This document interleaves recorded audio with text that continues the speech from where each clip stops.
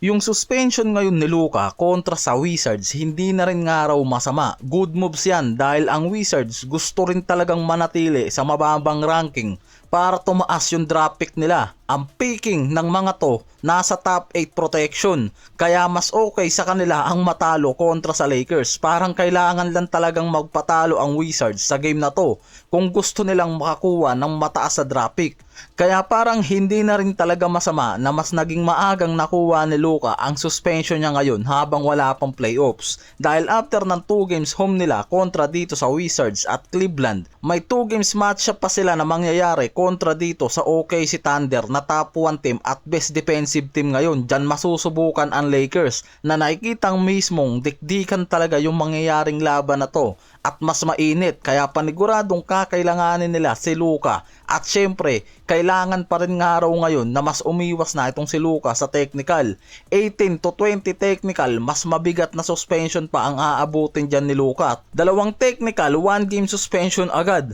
May ilang mga analyst ngayon at fans ang nakikita nga raw na masyadong mahigpit talaga o unfair ang tawag ng mga referee dito kay Luka, na mismong nakita naman sa laban ng Philadelphia kontra Hornets dito kay Joel Embiid at Lamelo. Diyan mismo binase ng mga analyst.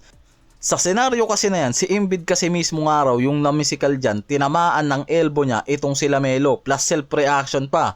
Kaya malinaw nga raw na may mabigat talagang kaso, kaya may technical na nakuha itong si Embiid. Nakabaliktaran nga raw sa nangyari dito kay Luka. Dahil si Luka na nga raw yung prinobok nitong si Zaire Williams, tapos inabot pa sa mukha si Luka dyan. Biglang ang naging call ng referee, double technical. May light push nga lang raw na ginawa dyan si Luka, kaya hindi naman daw ganung kabigat.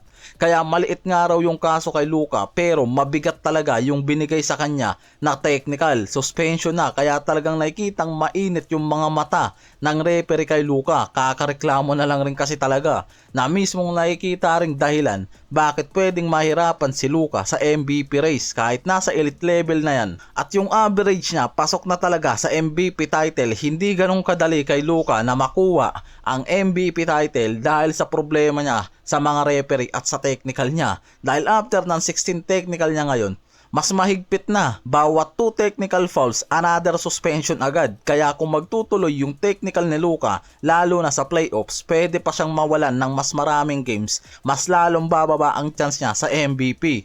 Ang Lakers nasa 14 wins sa huling 16 games na nangyari, na nakikitang dahilan bakit ang Lakers nasa legit title contender na ngayon. Hindi lang basta nakakakuha sila ng panalo sa closing game, dahil mas nakikitang nagiging consistent mula opensa at depensa yung mga to. Habang si Luka ang elite level ng MVP ngayon, malaking factor din nga raw yung pag-step up ni Jackson Hayes ngayon sa ilang stats stretch niya na dumaan, umangat sa 8.1 points, 4.9 rebounds, 1.4 blocks yung stats niya sa 20.6 minutes per game lang. Para sa isang backup center, sobrang solid ng araw to, lalo na limited lang yung minutes niya. Mas efficient scorer pang araw sana to kumpara kay Ayton, lalo na kung bibigyan ng mas mahabang playing time. Nagkaroon sila ng shooting around 75% sa field. Hindi siya basta tira lang ng tira, high quality shots kinukuha niya. Mostly yung dunks, layups at putbacks na nagiging magandang finisher nga raw ngayon, kaya tumaas din mismo ang ratings nila sa bench scoring. Mas naging active pa to sa rim protection. May block siya sa 6 na sunod-sunod na game kontra Brooklyn. Halos 5 blocks ang nagawa niya. Kaya nagkaroon sila ng consistent rim protection. Nagkaroon siya ng 21 points, 10 rebounds, double-double kontra Pacers pa. Kaya nagkakaroon ng mas malinaw na plano ngayon ang Lakers kay Ayton. Kapag struggle si Ayton o injury o may foul trouble, mas nakikita ngayon na mas nagiging ready na itong si Jackson Hayes sa lineup nila. May rotation adjustment pa nga raw na mangyayari sa final lineup nila. Si Redick mismo ngayon sinubukan na yung best combination at mas malinaw na role para sa big three nila. Sa breakout naman, si Jackson Hayes may bench scoring at adjustment pa na nangyari na talagang positive nga raw.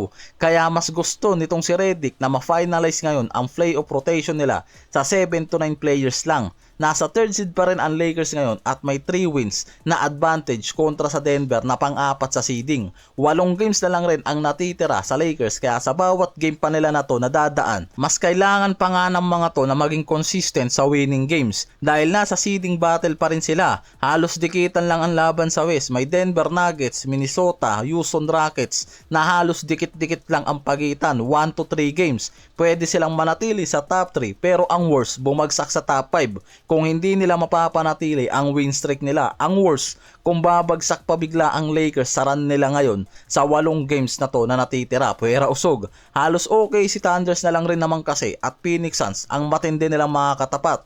1 game sa Cleveland Cavaliers, 2 games sa OKC, samantalang 1 game sa Phoenix Suns. Tapos Dallas, Warriors, Utah Jazz na lang ang pwedeng maging madali sa Lakers.